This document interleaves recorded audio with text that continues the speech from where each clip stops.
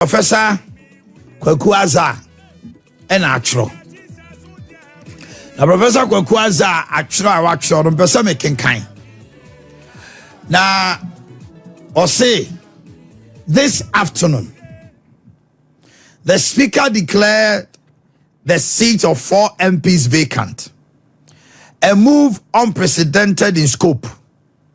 The Speaker based his decision on the fact that these MPs had filed nominations to run on a different ticket. However, at the time of the decision, none of the 4 MPs had informed the Speaker of Parliament or Parliament itself that they had changed their allegiance within the House. Filing a nomination to run as an independent or another party's ticket in a future election does not amount to severing an alliance with the current party in Parliament. Prior to their nomination filing, the House was balanced at 137-137-1, and it remained unchanged after the filings. This demonstrates that filing a nomination is merely an expression of intent for a future political cause and does not alter the MP's present affiliation, obligation, or duties.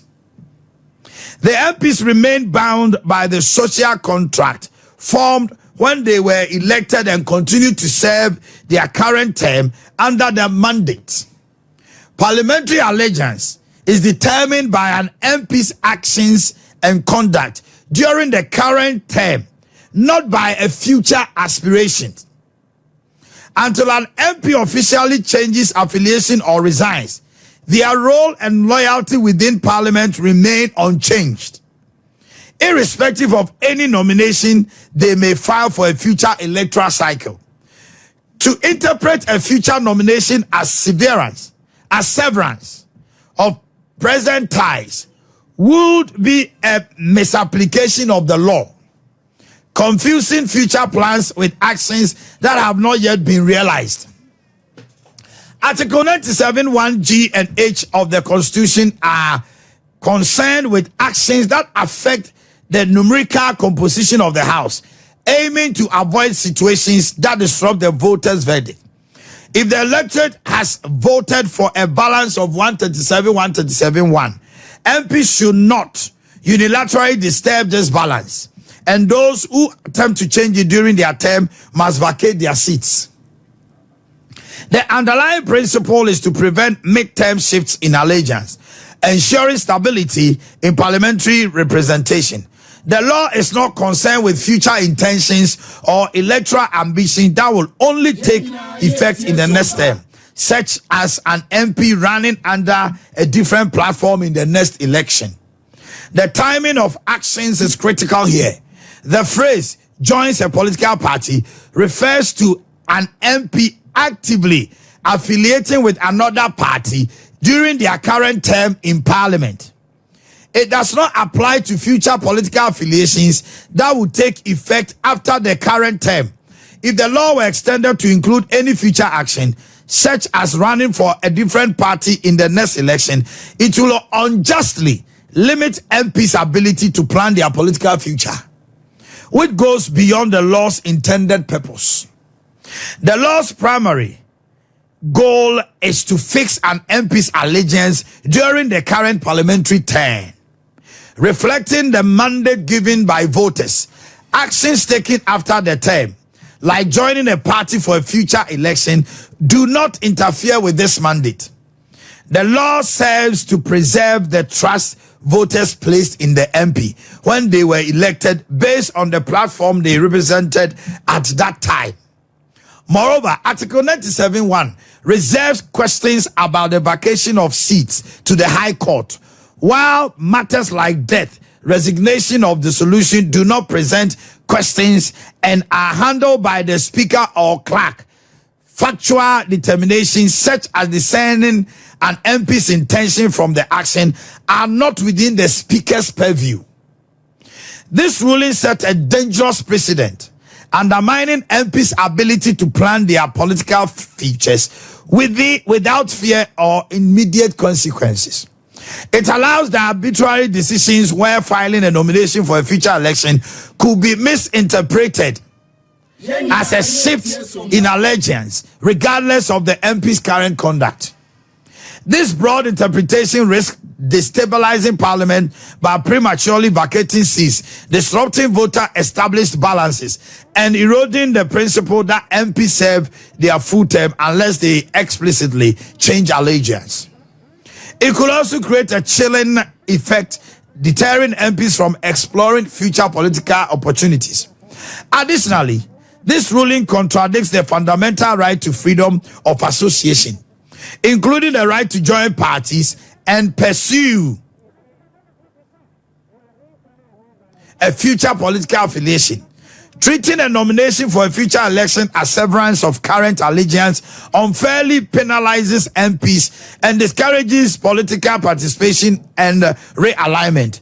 This undermines political pluralism and erodes key democratic principles. Finally, the ruling is also problematic because Article 1126 states that a by-election shall not be held within 3 months before a general election.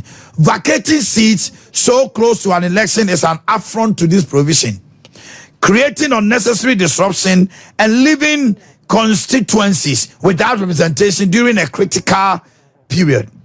It undermines the intent of the Constitution to maintain stability and continuity in Parliament as the country prepares for national election. His name is Professor Azar. Enra, yo Rabem Babin, etna jem say. Minority edicata betuna nim invoku Article 97 GH. One also general so say MPs not a file or nomination. Ebi as independent me and sana bako ka ho 9 untino.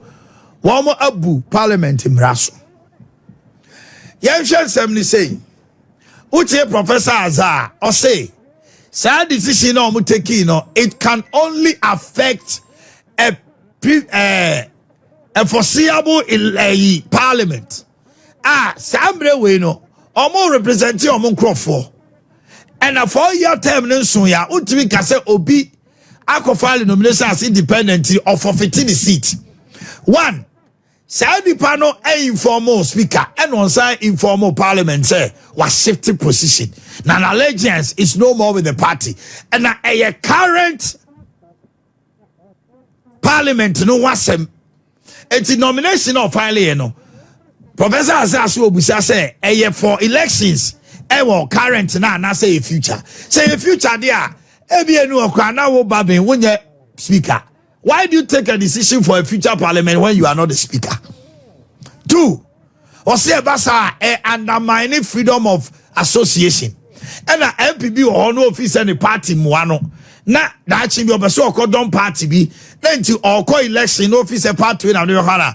On to me nye enti ema ono so MP no nsayetia. A only to me obetime to sana mo. Was also Kabio say a political party na was what me de krata akoma MP ni say we will betray yen. Eti Bagbin no any the purview say ono na be interpret intent and purpose of an MP. One day I was say why interpret what to sana mo no. Majority say omo a boycott to parliament. They will not go to parliament again until Supreme Court ever take a decision. And majority leader Afenyo can say of file Rita now was a servo a year speaker. Okopie one more and speaker so catch and say we are very much aware say Chief Justice Atwetwe Nkomama omunyina de akowie mu say adwada nko a na obetima servo speaker na parliamentarian be rate wo no we aware asem we ba help so gidi ekofa ho na akoye na eno a wutie eye keti hamonda was Bagbin de asem be ba no de asem aban so enti ena yuko na se bejafia me gidi say majority ebe ye former minority yente KTM interpretation constitution in say bibia baba bia interpretation bia na Supreme Court na kan wanza ya kasa de we say no ya de majority leader when ya de grata ni na come Supreme Court man time kakra ma wo Supreme Court time kakra na wo decide ya de we say de da ya ba ya be ka wo so wo dwene ho akwatara na bi wa frefre wo NDC fo awuni mo ho no kekre ma chọchọ ni ma o be gina kan mu ya se mo de aba ba ko na ekọ no wo huri ye wo say majority ya yi Ghana fo ato aba ma ye majority ya ba tena dem ha ya them was here. I was say my minority. Who got this as a boy? Bagbin, the Assembly Mamma, what did you have? I'm not getting out. They say, what's the extended orders? What I want to present on the Bia. Stand orders on one of the ultimate interpreter. Constitution, no. Yes, say, BBI law, a constitution, and Casa by interpretation. A Supreme Court, Nakayo and Nakanwa. What's say, I said, Obi changing now or so acquire independent. Say, just what declare nay. Yana lawyer phobia one agony. Etina court in the constitution, Ashambra say, Sergeant said, is it about lawyer for baby, and say baby can or Mabicao, another foreign get to a mobile lawyer for Mokuma, Obia one agony. A visit there be, I don't guess I such a all the Bakoro about Parliament, I say. What Naha was say, Parliament will say there are many problems, me MPP. Bakuna maybe 12 bana maybe Bakuna about to the same bana by January 2025. And then about member MPP view, Mako independent, Nasma or Canada. Serve your constitution, yes, near Tias and say, and the year my sorry, say, and no, and the year my giant MPP, my club has a many MPP want to be before independent, quite independent side. Then constitution no bite, and none of the year and Tias, I don't know where I was. Okay, ma many year and the appear could be in Chinkomo. Honorable me watching. Honorable, to say. Okay. You ran the appear could be a lawyer Kunini. Na enra. Babi ako you oma fi omu position. Eti anope nim so omo ya minority o so omo ya de yo. Ene omo an ebechire. Wadama enra asema you ra babi ni to agay. Some kese pa yenti one back some dase Ghana for akoto aba na say every before your majority me ba chose see out me nka ula is breaking Mr. Momo me headline ma me why na you ran the appear could be so on to me nka fa kosi ni hwe say obeti no ha no ma na bi we no you ran the ultimate nka. Hello, you're Randy. What's your name? Okay. The Busa say, Asama you're Bagbin the to J. Yanyanti, yes, majority Muslim Boko to Pim say Supreme Court Ebema ni interpretation. More can I say, Asam no Ghana for baby, I dream Mukeslene. Sumpa FM. I am not surprised at the of the speaker. Now, I don't blame him also. Assembly was the genesis. The genesis of this particular matter because 2020, we were faced with a similar situation. At the time, no. Yeah. Professor, or your ruler, they are very terrible and very inconsistent with law. Except that nobody challenged it. Some of us spoke against the position it took them. But law, law. Who apply law wrongly? You need to enjoy.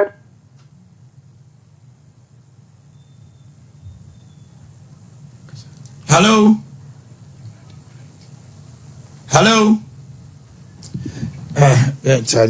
Ashanti. Yabeba na yato chenko na yashe. Yura asem ni nyina ko wie se. Nipa bebre wo mo adwenkyere wo de we. Na emom ebi mu susu nyina ka se uche yura Professor Azar go to article 1162 say we cannot hold by-elections right after 6 months to elections. Untumi into sanamo. It's yaka 2 months. Now, in Kroa MPs near constituency. Constituency are MPs near MPs now. Now they will not have representation for the next 2 months. It's the assembly senior we hear MP. Why never come home? What you say? Another Professor Azar so say by what Bagbin ayeno will deny those constituents a representation. The same thing and a sal for also hunu amania in fear 9 a fair mom constituency day.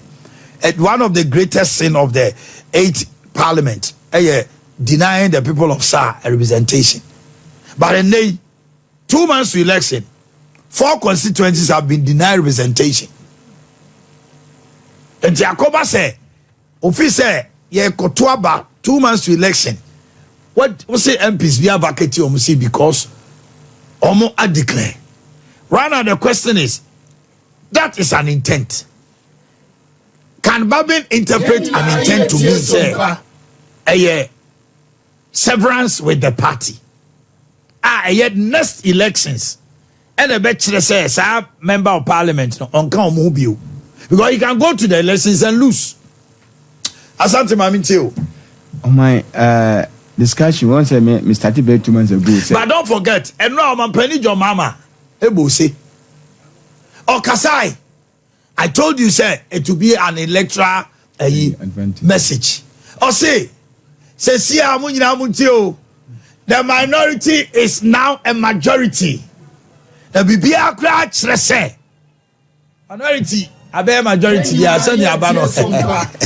But I told more of a video now, more. Oh, belly, your mama, no. And when I'm time, I'm saying, the minority has turned to the majority, and the majority has turned to the minority.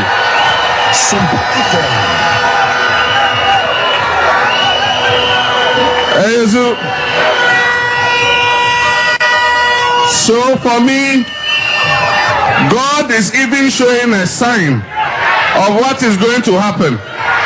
Because even before we have cast one single ballot, the NDC has become the majority.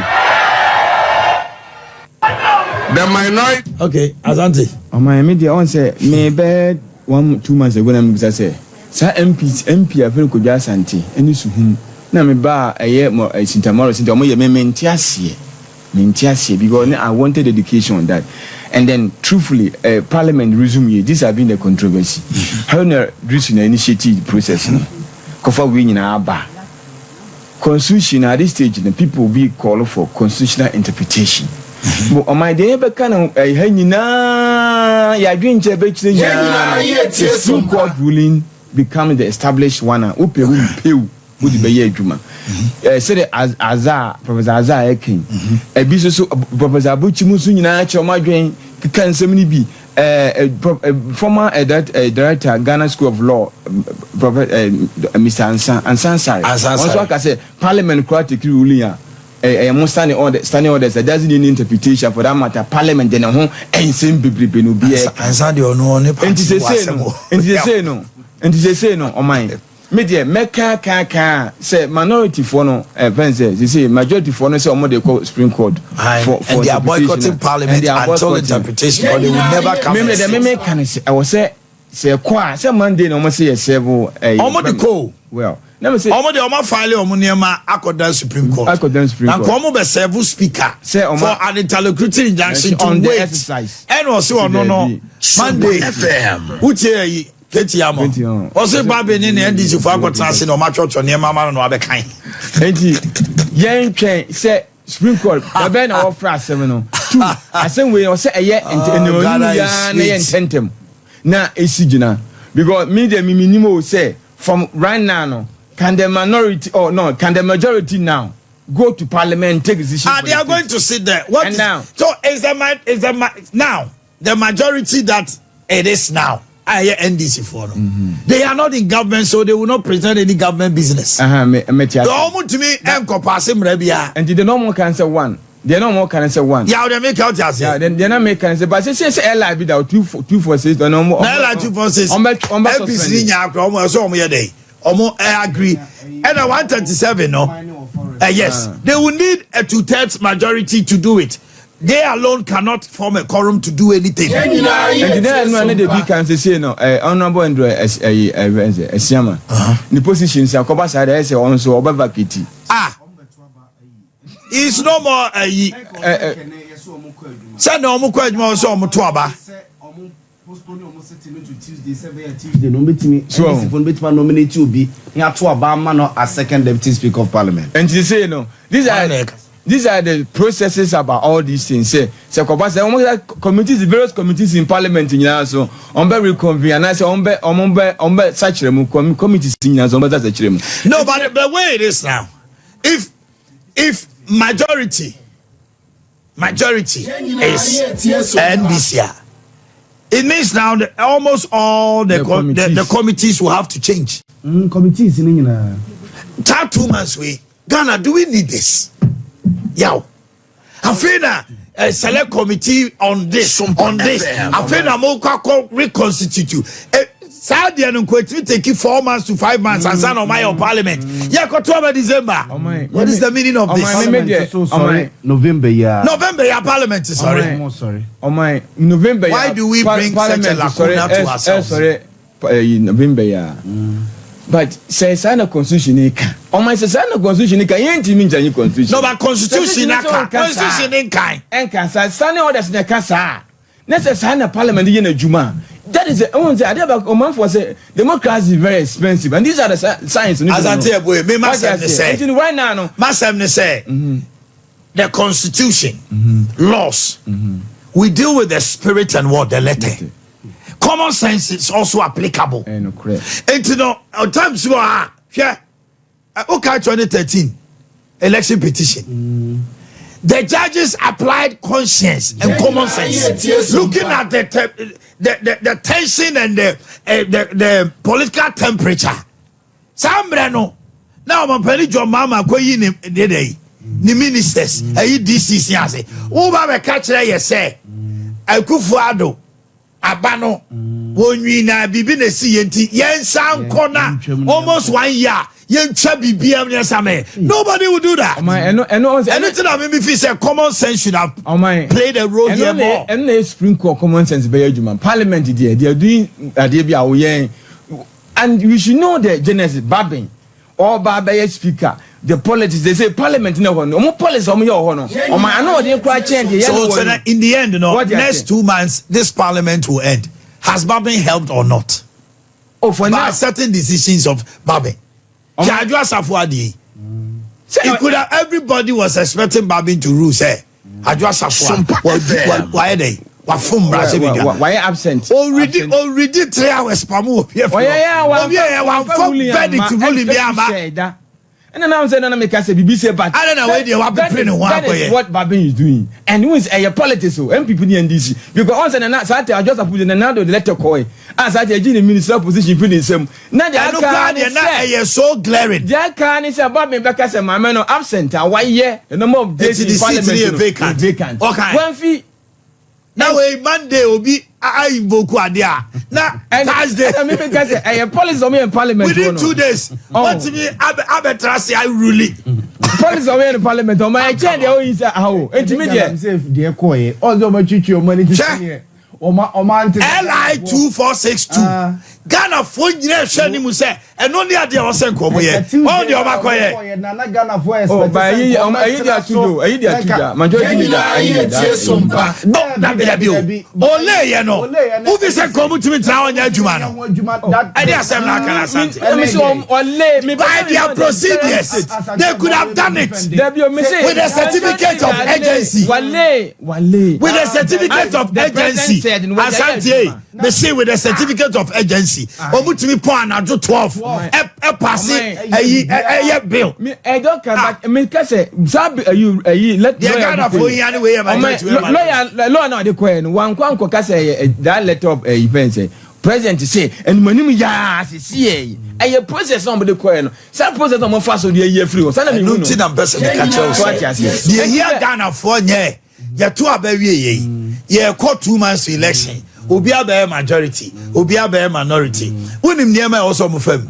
Now ato forcing ever kotra as majority leader. Na emra da hono ma say parliamentary select committees ni nyina ye will be hono ma was say a shifty na NPP for your minority no omo be chairperson na NDC for koye chairperson ade we Ghana ye dey but akonta ade ba ko so me dey imagine who you say ye blame Bagbin enye you NPP for no an omunko blame omo sabre na ya ba ikokwe ekodi party samachi na onimsa de na oye ne etiamra enye but that time by kokwe sanse na MPP didi niti abroso no opam papa no rewo free parliament so sana kan say Bagbin so beka say NDC didi niti na say Bagbin NDC Bagbin state say near me predecessor your friend say but so why am François now so your François but say president me point no say emra no if a president is set na ebeyemra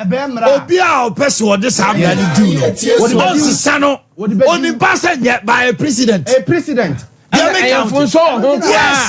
a president and nothing na Supreme Court na way obetima kire say the microcue here no what for me nobody contested it because it was in favor of MPP enti na omutia omo a na dia omutia ye no omutia ho ka abaye de botachi ne de aboba NPP musu no that time microcue MPP awura ni mu a wo candidate cha na nche no na da me ti se papa na kasa Bagbin ade na oba be ye no wo na akoye wo na wo ye no wo ye bi wo na odi ka twa sa wonum Michael Kwen tu sa na mo na ka Bagbin benya kokodu konya ejira ma Bagbin ka na nra sa Michael Kwen nsuni ne ba na obedi akire no na kota omo ka ayi formula MPD e no say nkoma panel de dada wo I was on my pandida o parliament as an independent candidate who the only case formula MP no only case and then who said the contested you are among for MPP for sponsor no MPP sponsorship who begina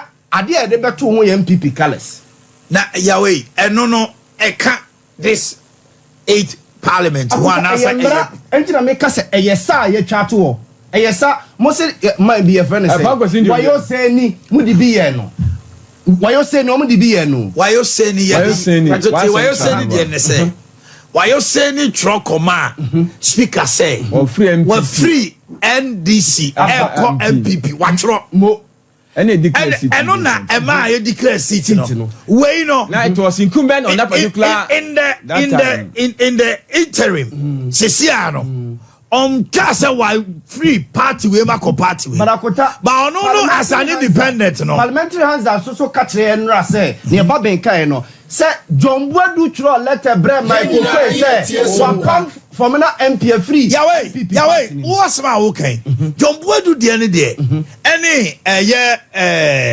from na de any there we are right oh yes I'm not disputing you me must say Osha MPs na aka no a omo bia informal parliament say omo defect omo bia en signal announce the party so me yi ni free ho enti na o say ka from na MP and omo ni deal on this issue ukofa Christian Cynthia Morrison ba Cynthia Morrison party natural characters will betray o my by no omo say enya by enya so mra party no omo MPP ni NDC for no mra say uko independent automatically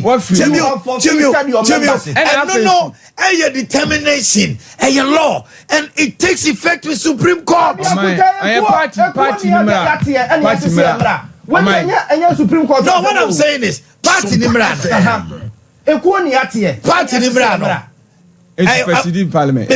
Parliament age now party nimra so there was no quotation from Bagbin because of this and that. Yes, but president down now my koko di adwuma one speakers omo dey adwuma nyina based on parties no mo amomra eda ho say obi ko independent automatically the membership. Parties nimra no does not come there.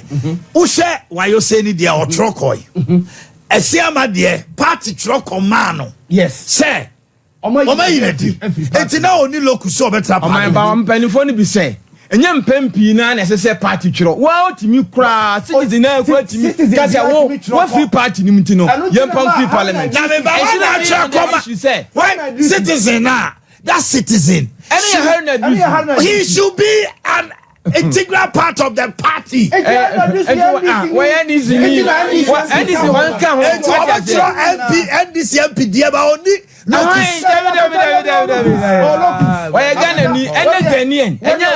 the constitution never said any Ghanaian can write to parliament. The constitution says a member of the party obi no or interest our party ni ho says any panel free party ni mu a ono eba ya omode Joanna wan court kujo court go and find out one more omode court no they are NDC people who tell them chiro no says ani ye no a me tima tro krata koma a speaker say MPP ni bi I have no look me MPP ni crowd no ma trust say the subani ni ye nti no wo betray party to party ni mpamo no tie me ye e was say nipa no oye an interest person say about MPP mua or no he is a person of a party with good standing or MPP ni Bagbin Haruna Drisu obetima try the party there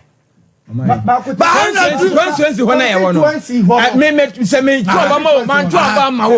present me. You represent me. I need not to be an MPP. If I represent you, if I represent you on the constituency ni be natural krata dia kosa Cynthia Morrison. What deep or betray woman. Akuta constituency ni actual command court to say Cynthia Morrison as independent candidate for the next election. Anuntino more man kwan Joan for the next election. Akuta court no more man kwan and for this current parliament. Akuta for this current parliament who ko semra ye be adwuma next adwuma 1 year about the best Yahweh parliament we sesia ya to about 137 okay constituency be no mo so mo MP o mo mpani bio party ni so atwa mo so mo mpani bio e dia come speaker why MPB any one of constituency yes it said sadly panel our future intent should the future intent constitution now I'm not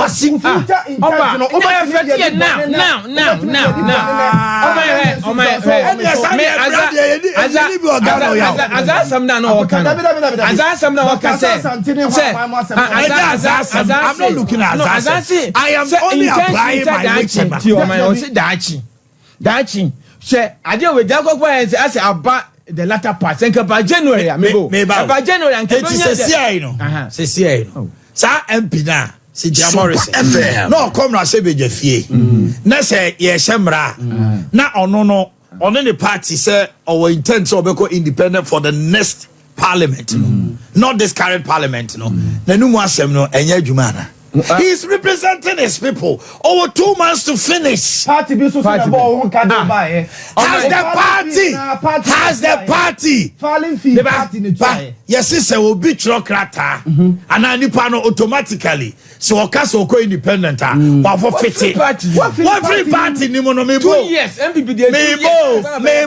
Meba. Parliament should be officially informed. What that constitution no see A, B or C. It is brought to the attention of Parliament. You ever know about the Parliament? Where was it brought to the attention? Through a letter, no. Why should letter? What speaker anymore? What the Akoto speaker? I don't catch a speaker. What's in the platform? I don't address you. Is he a party to MPP or NDC? Why is still going in Parliament now? This is in back to a former majority leader. It doesn't come they say, I don't address you. NDC, they are not trying. Or you're right because he is an NDC member. It doesn't take a party member to notify Parliament too. It takes even a foreigner interpretation we are interpretation. But the moment I tried the Supreme Court. On that day, but no. Me, okay, spirit and letter B. Supreme Court so dare not. The be a babedri. Supreme Court. Some go over tennis way. Parliament in Kegwegu. Mame Central. Supreme Court. They do it without fear or favor. That they wouldn't have no money. Omukwakoye voting. Bagbin can some cassette Supreme Court. Supreme Court ruled say it was wrong. Momentum. It is not there not to be. The relationship between it doesn't change anything. Bagbin and yes. So in the spirit and letter, no. If Supreme Court deems it say Bagbin I am from Swa. Omunka say Bagbin I say Bagbin I am no cry. They will uphold Bagbin's decision. Supreme Court has they've had precedents they have all counsel. They went for a judicial review. Supreme Court and I say they say where so I'm a Supreme Court mind you, Supreme Court HR Ricardo, Trasi. We no. Ekofa.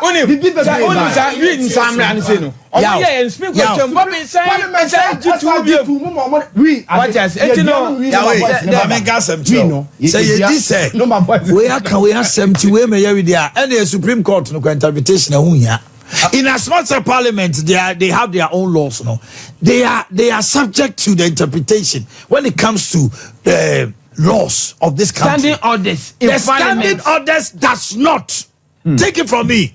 Override the decision of Supreme Court. No.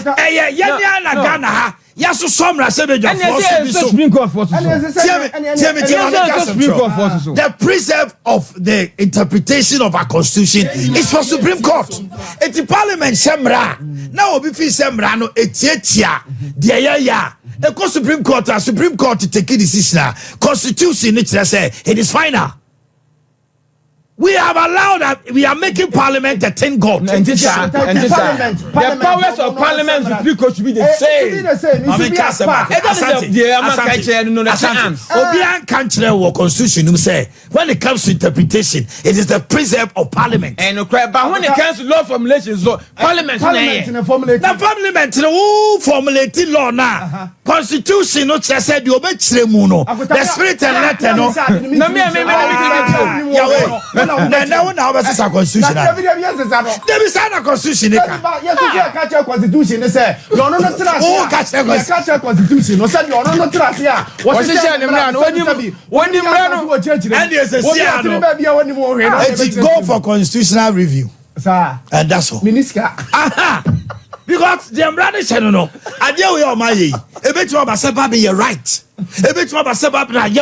Bagbin there in precedent wise there. We're right. And I say now Yamma Supreme Court. The Supreme Court and yes I we are a bad president. Na mo de mo so Oman interpret constitution no locus no say na o kan why the locus Supreme Court standing orders in there enko and sense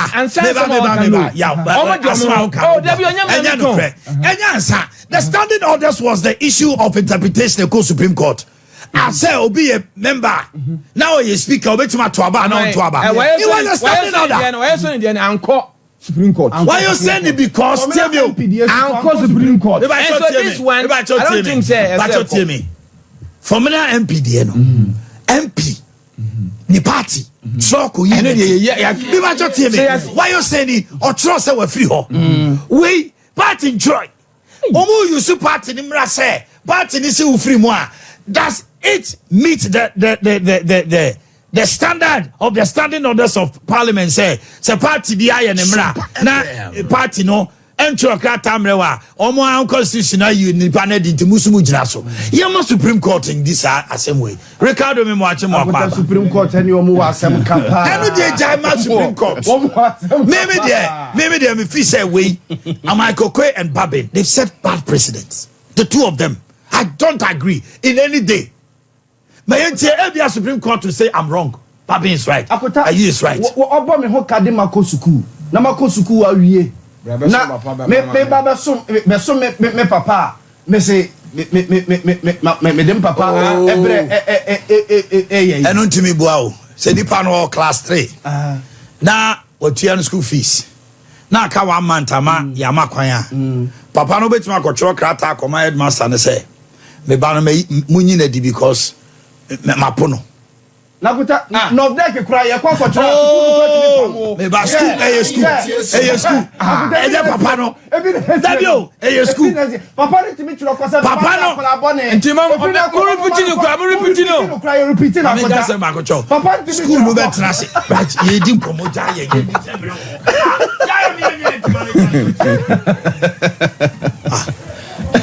yo go my idea say